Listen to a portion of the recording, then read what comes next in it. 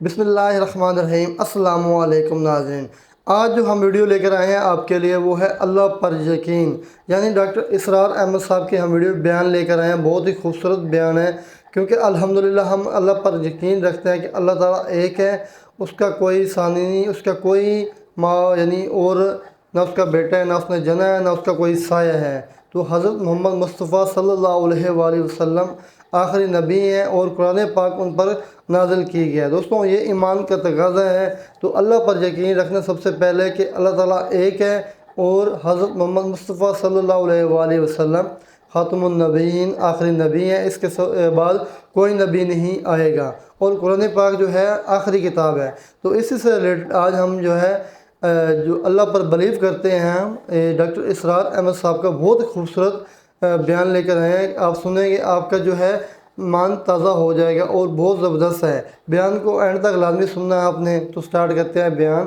تو یہ سٹارٹ ہو گئی چونکہ ہمارا بیان آج کے ٹائم میں نا ہر کوئی میں تو لکھ کے دے سکتی ہوں، ہر کوئی ریلیجن اپنے اپنے طرح سے فالو کر رہا ہے۔ جیسے اسلام جب بنا تھا 2500 سال پہلے، 2000 سال پہلے، ویسے کوئی فالو نہیں کر رہا ہے۔ نہ ہی سناتن دھرم کوئی ویسے فالو کر رہا ہے جیسے 5000 سال پہلے تھا۔ کوئی بھی نہیں، کوئی ایک بندہ نہیں ہے جو مجھے آ کے بول دے کہ میں بالکل ویسے ہی فالو کر رہا ہوں جیسے 2000 سال پہلے آیا تھا، آ کے بتا دے۔ تو مطلب جسٹ آپ نے اپنا دھرم اپنے حساب سے بدل لیا، پر اب میں وہ کر رہی ہوں تو آپ کو بڑی دقت ہو رہی ہے۔ جو لوگ اللہ پر ایمان لائیں، کہیں کہ ہمارا رب اللہ ہے، پھر اس پر جم جائیں، ان پر فرشتوں کا نزول ہوتا ہے۔ نہ کوئی غم کرو نہ خوف، خوشیاں مناؤ جنت کی جس کا تم سے وعدہ کیا گیا تھا۔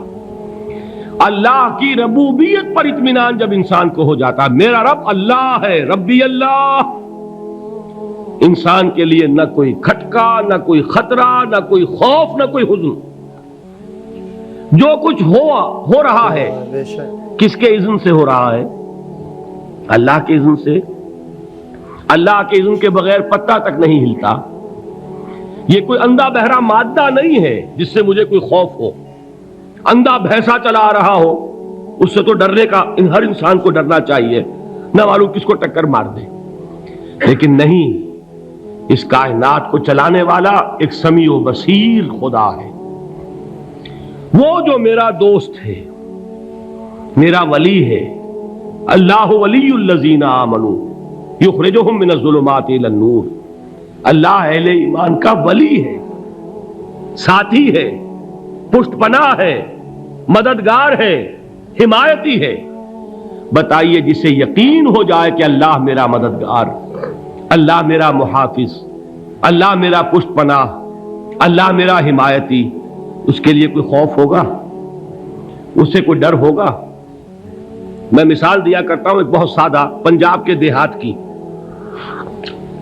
تو بڑا چودھری ہے اور کوئی غریب کسان ہے۔ اس غریب کسان کے جانوروں کو ہر وقت اندیشہ ہوگا چوری کا، کوئی میری بھینس کھول کر نہ لے جائے، کوئی میرا بیل کھول کر نہ لے جائے۔ لیکن جس کے بارے میں یہ سب کو معلوم ہو کہ وہ جو بڑا چودھری ہے وہ اس کا دوست ہے، اس کی بچیا کو کوئی خوف ہوگا؟ اس کی بھینس پر کوئی ہاتھ ڈالے گا؟ اسے کوئی اندیشہ ہوگا؟ نہیں۔ کیوں؟ کہ وہ بڑا چودھری، بڑا اس کا یہاں کا سردار، جاگیردار، سب کو معلوم ہے وہ میرا دوست ہے، کوئی میرے خلاف اقدام نہیں کر سکتا۔ اس دنیا میں یہ چھوٹی سی بات اگر آپ کے دلی اطمینان اور سکون کا باعث بن سکتی ہے تو ذرا تصور کیجئے۔ میں لفظ تصور استعمال کروں گا صرف اس لیے کہ اس کا ہم جس کو کہتے ہیں ادراک اور شعور کر نہیں سکتے، اگر کے ساتھ کر سکتے۔ اگر یقین ہو کہ اللہ میرا مددگار اور یقین ہو کہ اللہ ہر آن میرے ساتھ ہے، پھر کوئی خوف؟ کس کا خوف؟ کوئی شے اللہ سے بالاتر ہے؟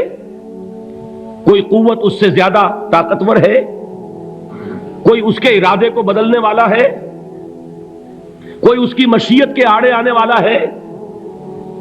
یہی بات ہے جو حضور نے فرمائی۔ یہ ایمان کا حاصل ہے لب لباب، کہ دیکھو اچھی طرح اس بات کو ذہن نشین کر لو، اگر تمام انسان مل کر تمہیں کوئی نقصان پہنچانا چاہے نہیں پہنچا سکتے مگر جو کچھ اللہ نے لکھ دیا ہو. اور تمام انسان مل کر تمہیں کوئی نفع پہنچانا چاہیں نہیں پہنچا سکتے مگر وہ شے جو اللہ نے طے کر دی ہو. آپ پھر میں کہوں گا ذرا طاری کیجئے، اسے فرض کیجئے، اسے سوچئے. اگر اس حدیث پر ہمارا دل ٹھکا ہوا ہو تو کسی سے ڈر ہوگا؟ یہ مجھے نقصان نہ پہنچا دے، یہ میری رپورٹ خراب نہ کر دے، یہ میری انکریمنٹ نہ رکوا دے، یہ میرا یہ نہ بگاڑ دے، یہ میرا یہ نقصان نہ پہنچا دے. اس کا ڈر، اس کا ڈر، اس کا خوف، اس کی خوشامد، اس کے لیے جا کر طرح طرح سے اپنی عزت نفس کو ذلیل کروانا اس کے سامنے. یہ سب کچھ کیوں کرتا ہے انسان؟ جب سمجھتا ہے کہ اس کے ہاتھ میں میرا کوئی نفع ہے، اس کے ہاتھ میں میرے لیے کوئی ضرر ہے، یہ مجھے کوئی گزن پہنچا سکتا ہے، یہ مجھے کوئی نقصان پہنچا سکتا ہے، یہ میرا کوئی کام بنا سکتا ہے، یہ میری کوئی ضرورت پوری کر سکتا ہے. اسی کا نام شرک ہے. جہاں آپ نے یہ سمجھا کہ غیر اللہ کے اندر کوئی طاقت موجود ہے وہی شرک ہے. بتوں سے تجھ کو امیدیں، خدا سے نو امیدی، مجھے بتا تو صحیح اور کافری کیا ہے. شرک تو یہ ہے. جس پر بھی تمہیں یہ خیال ہے کلمہ ہے، یہ کلمہ سوم لا حول ولا قوت الا باللہ، ذرا اس پر دل کو کبھی اگر آپ تصور کریں، پھر فرض کریں، دل ٹھک جائے اس پر، کوئی طاقت نہیں. یہی بات تھی جو شیخ عبد القادر جیلانی رحمۃ اللہ علیہ نے اپنی وصیت میں اپنے بچے سے کہی. 11ویں دینے والے ہیں لیکن حضرت شیخ عبد القادر جیلانی کی وصیت اور تعلیمات کو کتنے لوگ ہیں کہ جانتے ہو؟ یہ جن مقامات تک پہنچے ہیں وہ کس چیز کی بدولت پہنچے؟ انہوں نے جو پیغام دیا وہ کیا تھا؟ اے میرے بچے، جس طریقے سے قرآن مجید میں حضرت لقمان کی نصیحتیں جو ہے نقل کر دی گئی ہیں، میں یہ عرض کروں گا بالفرض اگر قرآن حضرت عبد القادر جیلانی کے بعد نازل ہوا ہوتا تو شیخ عبد القادر کی یہ نصیحتیں بھی قرآن میں درج ہوتی. اتنی اونچی نصیحتیں ہیں. اے میرے بچے، اس حقیقت کو ذہن نشین کر لے، لا فاعل فی الحقیقت ولا مؤثر الا اللہ. اس کائنات میں نہ کوئی فاعل حقیقی ہے نہ مؤثر حقیقی ہے سوائے اللہ کے. کسی شے میں کوئی تاثیر نہیں اگر اللہ نہ چاہے. آگ جلا نہیں سکتی اگر اللہ نہ چاہے، پانی ڈبو نہیں سکتا اگر اللہ نہ چاہے، زہر ہلاک نہیں کر سکتا اگر اللہ نہ چاہے، کوئی چیز فائدہ نہیں پہنچا سکتی اگر اللہ نہ چاہے. تو در در پہ کیوں سر جھکاتے ہو؟ در در پر کیوں جبیں سائی کرتے ہو؟ سب کے سامنے کیوں ہاتھ پھیلاتے ہو؟ ایک اللہ سے مانگو، ایک اللہ کے سامنے زمین پر اپنی جبین رکھو. لا فاعل فی الحقیقت ولا مؤثر الا اللہ. نظر آتا ہے ہمیں کہ پانی پیاس بجھا دیتا ہے. پیاس بجھانے کی صلاحیت پانی میں نہیں ہے، اللہ کے اذن سے. کھانا بھوک مٹا دیتا ہے، بھوک مٹانے کی صلاحیت کھانے میں نہیں ہے، اذن رب میں ہے. دیکھیے یہی یقین تھا. حضرت موسیٰ علیہ السلام کا واقعہ یاد کیجئے. سامنے سمندر آ گیا ہے، قوم دیکھتی ہے پیچھے کہ گرد و غبار کا طوفان ہے. معلوم ہوا کہ فرعون اپنے لشکر سمیت آ گیا ہے. لشکر جب چلتا تھا تیز رفتاری کے ساتھ تو گرد و غبار کا جو طوفان اٹھتا تھا اس کا تصور کیجیے. اور لمحہ بلمحہ وہ قریب آ رہا ہے. پوری قوم نے کیا کہا؟ اے موسیٰ انا لمدرکون، اے موسیٰ ہم تو پکڑے گئے. قرآن مجید نے تو یہاں وہ باتیں نہیں لکھی ہیں لیکن تورات میں یہ درج ہے کہ بنی اسرائیل جھگڑنے لگے، دست و گریبان ہو گئے موسیٰ کے ساتھ. موسیٰ ہمیں یہاں مروایا لا کر، اس سے تو ہم ہی بہتر تھے. وہاں کھانے کو ملتا تھا، زندگی تو تھی، بیگار ہم کر رہے تھے، موت تو نہیں تھی. اب جو کچھ ہوگا اس کا تصور کرو، جس طریقے سے ہمارے ٹکڑے اڑائے جائیں گے. تو لڑ رہے ہیں حضرت موسیٰ علیہ السلام سے. یہ تورات کی تفصیل ہے. قرآن میں صرف اتنا آیا ہے، پریشان ہو کر انہوں نے کہا انا لمدرکون، موسیٰ ہم تو پکڑے گئے. اس وقت موسیٰ کا جواب کیا ہے؟ کلا ان معی ربی سیہدین. نہیں، میرے ساتھ میرا رب ہے، وہ راستہ دے گا. بتائیے کہاں راستہ نظر آ رہا ہے؟ یہ ہے ایمان بالغیب. راستہ نظر نہ آئے تب اللہ پر یقین ایمان ہے. جیب میں پیسے ہوں اور تب دل کو اطمینان ہے تو ایمان کس پر ہوا؟ پیسے پر، اللہ پر نہیں. جب وسائل و ذرائع نہ ہو اور پھر یقین ہو کہ اللہ مسبب الاسباب ہے، وہ اسباب کا پابند نہیں ہے، وہ اسباب کا محتاج نہیں ہے، اسباب اس کے محتاج ہیں. اگر یہ یقین ہے تو اللہ پر ایمان ہے، یہ نہیں ہے تو تمہارا ایمان اسباب پر ہے، وسائل پر ہے، ذرائع پر ہے، مادیات پر ہے، اللہ پر نہیں. اس وقت کہاں راستہ تھا؟ کوئی راستہ تھا؟ سمندر ہے اور ادھر سے لشکر آ گیا ہے. کلا ان معی ربی سیہدین. اب دیکھیے ایمان کہہ دینا آسان ہے، ہوا معکم اینما کنتم، جہاں کہیں بھی تم ہوتے ہو اللہ تمہارے ساتھ ہوتا ہے. لیکن اس کا یقین قائم ہو جائے تو زمین و آسمان کا فرق واقع ہو جائے. یہی بات ہوئی حضور کے ساتھ. غار ہے، چھپے ہوئے ہیں محمد الرسول اللہ اور آپ کے وہ یار غار ابو بکر صدیق رضی اللہ تعالی عنہ. اقبال نے حضرت ابو بکر کی شان میں چند اشعار کہے صرف، لیکن واقعہ یہ ہے کہ بھاری بھاری نظموں پر اور قصیدوں پر بھاری ہے. طویل ترین نظمیں اور قصیدے ہوں ان پر بھاری ہے. ہمتیں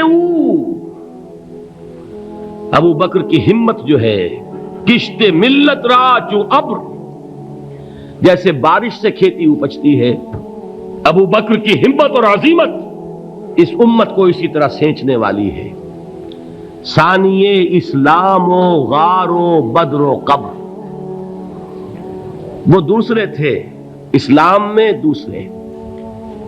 پہلے کون تھے؟ انا اول المومنین، حضور فرماتے ہیں سب سے پہلا ایمان لانے والا میں. دوسرے ابو بکر. ویسے ہمارے ہاں یہ چلتا ہے اختلاف، حضرت علی پہلے ہیں کہ حضرت ابو بکر پہلے ہیں، لیکن اس میں بڑی خوبصورت تطبیق قائم کی ہے علماء نے اور بہت صحیح ہے. چار کے بارے میں فیصلہ ہی مت کرو کہ کون پہلے ہے. ان کی ایک عجیب تقسیم کر دی ہے. آزاد مردوں میں، بالغ مردوں میں سب سے پہلے ابو بکر، بچوں میں سب سے پہلے علی، خواتین میں سب سے پہلے خدیجہ، اور غلاموں میں سب سے پہلے زید ابن حارثہ. بڑی پیاری تقسیم ہے، یہ چاروں ہی پہلے ہیں، ہر ایک کے لیے اولیت ہے. اور واقعہ یہ ہے کہ اگر زمانی اعتبار سے تعین ہوگا تو پہلے خدیجۃ الکبریٰ آئیں گی رضی اللہ تعالی عنہ. کسی اور سے بات کرنے کی نوبت بعد میں آ سکتی ہے، پہلے تو اہلیہ محترمہ سے بات ہوئی، آتے ہی پہلی وحی ہوئی ہے. ابھی تبلیغ کا حکم نہیں تھا، کس کو بتایا واقعہ؟ ابھی اپنی نبوت کی تبلیغ کا تو حکم ہی نہیں آیا. واقعہ کس کا ہے؟ وہ خدیجہ کا ہے.